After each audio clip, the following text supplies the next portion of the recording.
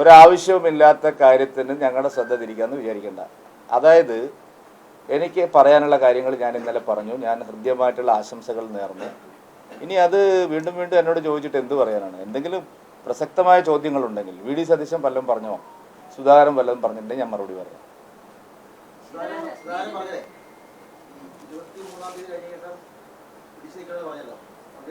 അതെ, അല്ല അത് ഞാൻ ആ സന്ദീപിന്റെ ചോദ്യം ഇനി അതിന് ആവശ്യമില്ല. നിങ്ങൾ എന്ത് ഞാൻ പറഞ്ഞില്ല, അപ്രസക്തമായ കാര്യങ്ങൾ വേറെ വേറെ വേറെ വേറെ സുധാകരൻ തന്നെ പറഞ്ഞു എനിക്ക് വേണേ എപ്പോൾ വേണമെങ്കിൽ പിന്നെ BJP-യിലേക്ക് പോകാന്നല്ലേ നേരത്തെ പറഞ്ഞു.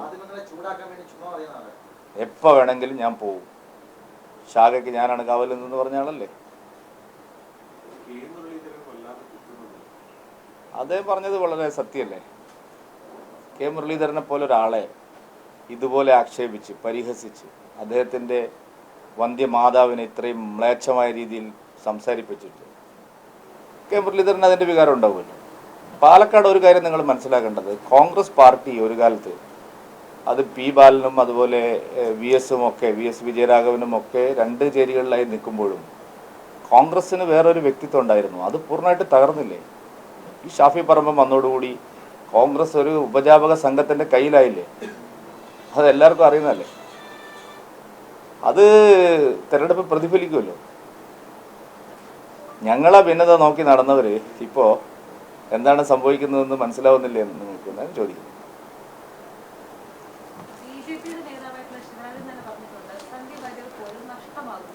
ശിവരാജനെ കുത്തിയിളക്കാൻ ഇന്നൊരാൾ പോയിരുന്നു, പാവം, നിരാശയായി പോയി. ശിവരാജനെ കുത്തിയിളക്കാൻ വേണ്ടിയിട്ട് രാവിലെ ഒരാൾ അയച്ചിരുന്നു. എന്നിട്ട് അവിടെ എത്തിയപ്പോൾ ശിവരാജന്റെ വായിന്ന് എല്ലാം കേട്ടിട്ട് വന്നു.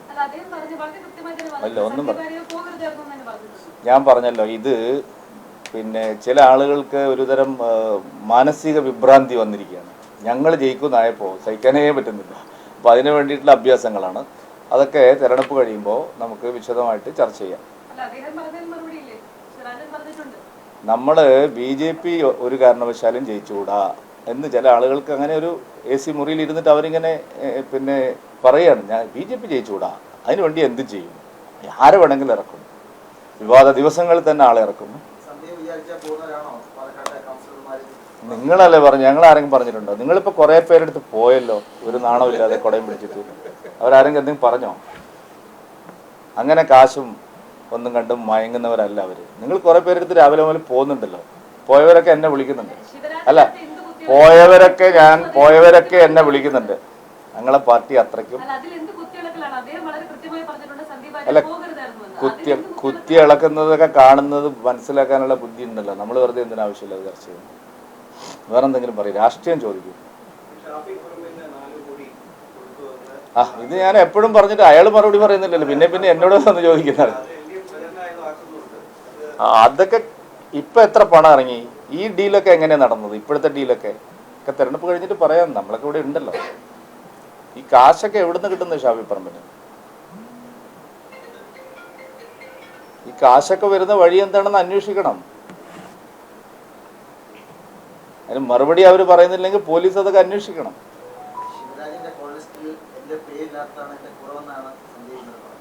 ഞാൻ പറഞ്ഞല്ലോ, നിങ്ങൾ വല്ല സതീശനോ സുധാകരനോ ഇനി അതല്ല പിന്നെ ഇനി ഈവൻ ഷാഫി പറമ്പലോ എന്തെങ്കിലും പറഞ്ഞെങ്കിൽ പറയും.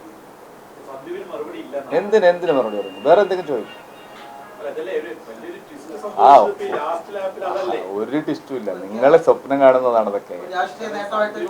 ഒരു ഞാൻ പറഞ്ഞല്ലോ, ഒരു തരിമ്പ് പോലും ചലനം ഉണ്ടാക്കില്ല. വെറുതെ എന്തിനാണ് നിങ്ങളുടെ സമയം കളയുന്നത്?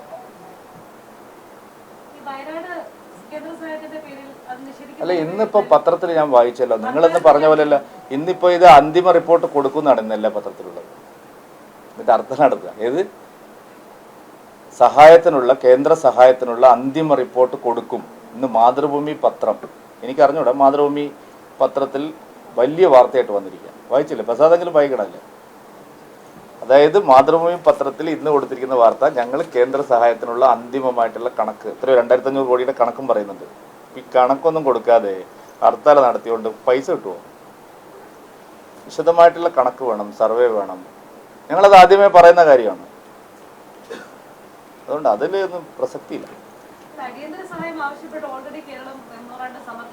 ഇല്ല, അതൊക്കെ നിങ്ങളെ ചാനൽ മുറികളിൽ ഇരുന്ന് നിങ്ങൾ തയ്യാറാക്കുന്ന അജണ്ടകളാണ്. സർക്കാർ എവിടെയും അത് പറഞ്ഞിട്ടില്ല. ആന്ധ്രാപ്രദേശ് എല്ലാം കൊടുത്തിട്ടാണ്, അല്ലാതെ ആന്ധ്രയ്ക്ക് മാത്രം വെറുതെ എടുത്തു കൊടുക്കുക. ഇതെന്താ നമ്മൾ തറവാട്ടിൽ നിന്ന് എടുത്തു കൊടുക്കുന്ന പോലെ, വീട്ടിൽ നിന്ന് എടുത്തു കൊടുക്കുന്ന പോലെയാണോ? ആന്ധ്രയല്ല, ഒരു ഏത് സംസ്ഥാനത്തിനും കൊമ്പൊന്നുമില്ല. ആന്ധ്രയായാലും നിങ്ങൾ എന്താണ് എന്ത് പഠിച്ചിട്ടാണ് നിങ്ങൾ സംസാരിക്കുന്നത്? അല്ലല്ല, എന്റെ ചോദ്യം, അന്തിമമായിട്ടുള്ള റിപ്പോർട്ട് സർവേ നടത്തിയിട്ട് അന്തിമമായിട്ടുള്ള റിപ്പോർട്ട് കേരളം കൊടുത്തിട്ടുണ്ടോ? നിങ്ങൾ ഇത്ര വലിയ വിദഗ്ധന്മാരാണല്ലോ, അങ്ങനെ ഒരു റിപ്പോർട്ട് കൊടുത്തതിൻ്റെ ഒരു കോപ്പി നിങ്ങളുടെ കയ്യിലുണ്ടോ? എന്നോട് ചോദ്യം ചോദിക്കുന്നത് നിങ്ങൾ ആദ്യം നിങ്ങളെ ചാനൽ മുറിയിലിരുന്ന് കേരളം അന്തിമമായി സമർപ്പിച്ചിരിക്കുന്ന പുനരധിവാസത്തിനുള്ള ധനസഹായത്തിനുള്ള മെമ്മോറാണ്ടത്തിന്റെ റിപ്പോർട്ട് നിങ്ങളുടെ കയ്യിലുണ്ടോ? ഇന്ന് എന്തിനാണ് പത്രത്തിൽ വന്നിരിക്കുന്നത്? എന്തിനാണ് ഇന്ന് പത്രത്തിൽ വന്നിരിക്കുന്നത്? അന്തിമ റിപ്പോർട്ട് ഉടനെ സമർപ്പിക്കുന്നു. അതൊന്നുമില്ല, കത്തിന് ചോദ്യം ചോദിച്ചതിന്റെ മറുപടിയല്ലേ കത്ത് പറയാ. സഹോദരി, നിങ്ങൾ ഈ AKG സെന്ററിൽ നിന്നുള്ള പിന്നെ ഇന്ദിരാഭവനിൽ നിന്നുള്ള ക്യാപ്സൂൾ മാത്രം വെച്ചിട്ട് എന്നോട് ചോദിക്കരുത്. ഇന്നത്തെ ഒരു മാധ്യമ പ്രവർത്തകർ ആദ്യം ചെയ്യേണ്ടത് ആ ദിവസം വരുന്ന പത്രവാർത്തകൾ രാവിലെ ഒന്ന് പരിശോധിക്കണം. ഇന്നത്തെ ഒരു കേരളത്തിലെ ഏറ്റവും ലീഡിംഗ് പത്രങ്ങളിൽ ഒന്നായിട്ടുള്ള ഒരു പത്രത്തിൽ വന്ന വാർത്ത അന്തിമമായിട്ടുള്ള റിപ്പോർട്ട് ഉടനെ സമർപ്പിക്കുമെന്നാണ് ഞാൻ ചോദിച്ചത്. എന്റെ ചോദ്യത്തെ നിങ്ങൾ മറുപടി, അന്തിമ റിപ്പോർട്ട് സമർപ്പിക്കാതെ പൈസ കിട്ടുമോ?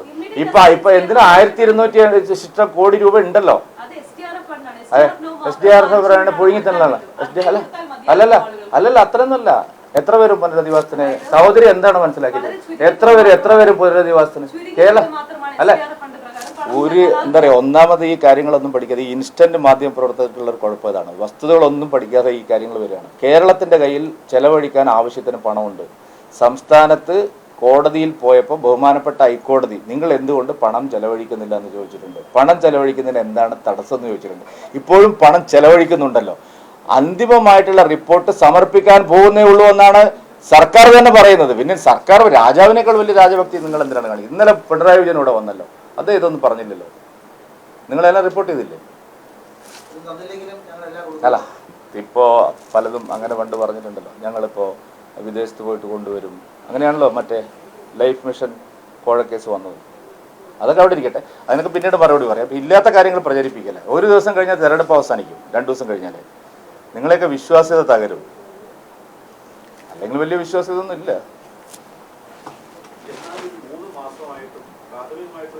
ഞാൻ പറഞ്ഞല്ലോ, ഈ ചോദ്യം ആവർത്തിച്ച് നിങ്ങൾ ചോദിക്കുന്നത് അല്ലല്ല, നിങ്ങൾ ഉപകരണങ്ങളാവുകയാണ് സഹോദര.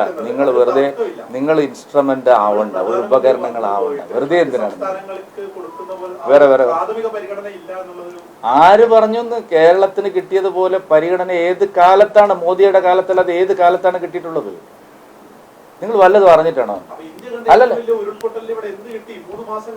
സഹോദര, കണക്ക് ഹൈക്കോടതി കൊടുത്തിട്ടുണ്ട്. ആര് പറഞ്ഞു? നിങ്ങൾ എന്താണ് നിങ്ങളെ ഉദ്ദേശം എന്താണ്? ഇവിടെ ഒരു കാശും കിട്ടിയിട്ടില്ലെന്ന് പറയാനല്ലേ? മുഖ്യമന്ത്രി അത് പറയുന്നില്ലല്ലോ, സർക്കാർ വക്താക്കൾ ആരും അത് പറയുന്നില്ല. നിങ്ങൾ എന്താണ് പറഞ്ഞുകൊണ്ടിരിക്കുന്നത്?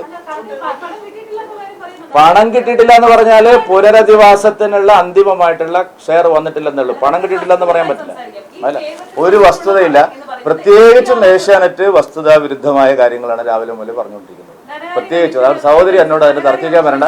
ഞാൻ കഴിഞ്ഞ തവണ അത് നിർത്തിയതാണ്. നിങ്ങൾ എന്നോട് തർക്കിക്കാൻ വരണ്ട. ഇത്രയും ഫേക്ക് ആയിട്ടുള്ള വാർത്തകൾ നിർമ്മിക്കുന്ന ഒരു സ്ഥാപനം, ആ സ്ഥാപനത്തെ പറ്റിയിട്ട് ഒരു മതിപ്പുണ്ടായിരുന്നു കേരളത്തിലെ ജനങ്ങൾക്ക്. ഇത്രയും വ്യാജ വാർത്തകൾ രാവിലെ എണീറ്റ് തുടങ്ങുക. എന്തിനാണ് ഈ പണി ചെയ്യുന്നത്? നിങ്ങൾക്ക് ആരെയും സഹായിക്കണം എന്നുണ്ടെങ്കിൽ നിങ്ങൾ പരസ്യമായിട്ട് പറഞ്ഞോളൂ. മനോരമ കൃത്യമായിട്ട് പറഞ്ഞല്ലോ, ഞങ്ങളുടെ രാഷ്ട്രീയ നിലപാട് ഇതാണ്, നിഷ്പക്ഷരാണെന്ന് പറഞ്ഞിട്ട് നിങ്ങൾ എന്തിനാ ഈ പണി ചെയ്യുന്നത്?